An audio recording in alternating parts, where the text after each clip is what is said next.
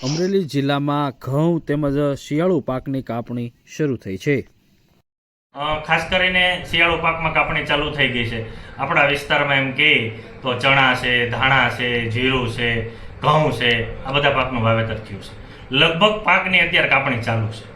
તો ખાસ કરીને ખેડૂત મિત્રોને એ જણાવીએ કે ઘઉં છે તો એક વસ્તુ હંમેશા યાદ રાખવી કે જેટલો છોડ મોટો થાય એટલા જમીનમાંથી પોષક તત્વો લે છે, અને જે છોડ પોષક તત્વો ઉત્પાદનમાં વાપરે છે એવા ને એવા સામે છે એ છોડમાં પણ રહેલા હોય છે।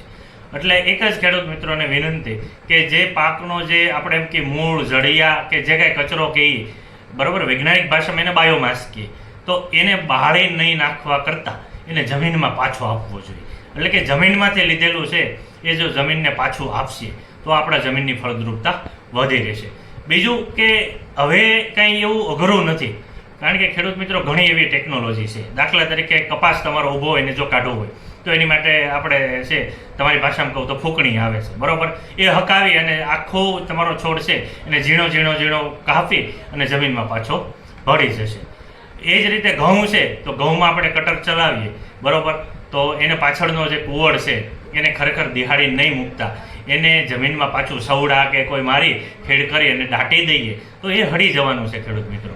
અને જેને થોડી ઘણી પાણીની સગવડતા હોય અને ધારો કે કોઈ ઓરવવાનું હોય તો એવા મૂળ જડિયા માટે થોડુંક યુરિયા નાખીએ અને ઉપરથી પાણી દેશો તો એની સડવાની પ્રક્રિયા પણ છે ખૂબ ઝડપથી થશે।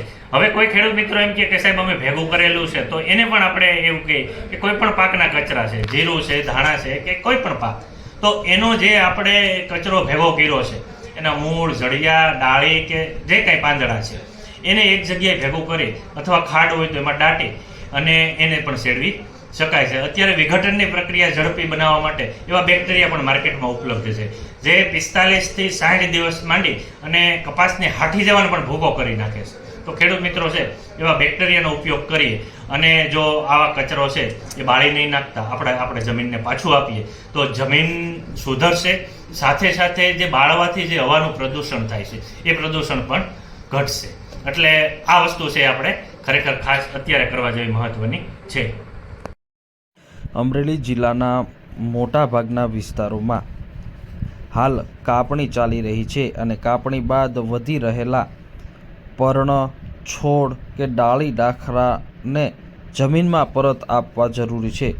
આગ ન ચાપી અને કટકા કરી અને જમીનમાં ખેડ સમયે પરત જમીનને આપવા જરૂરી છે।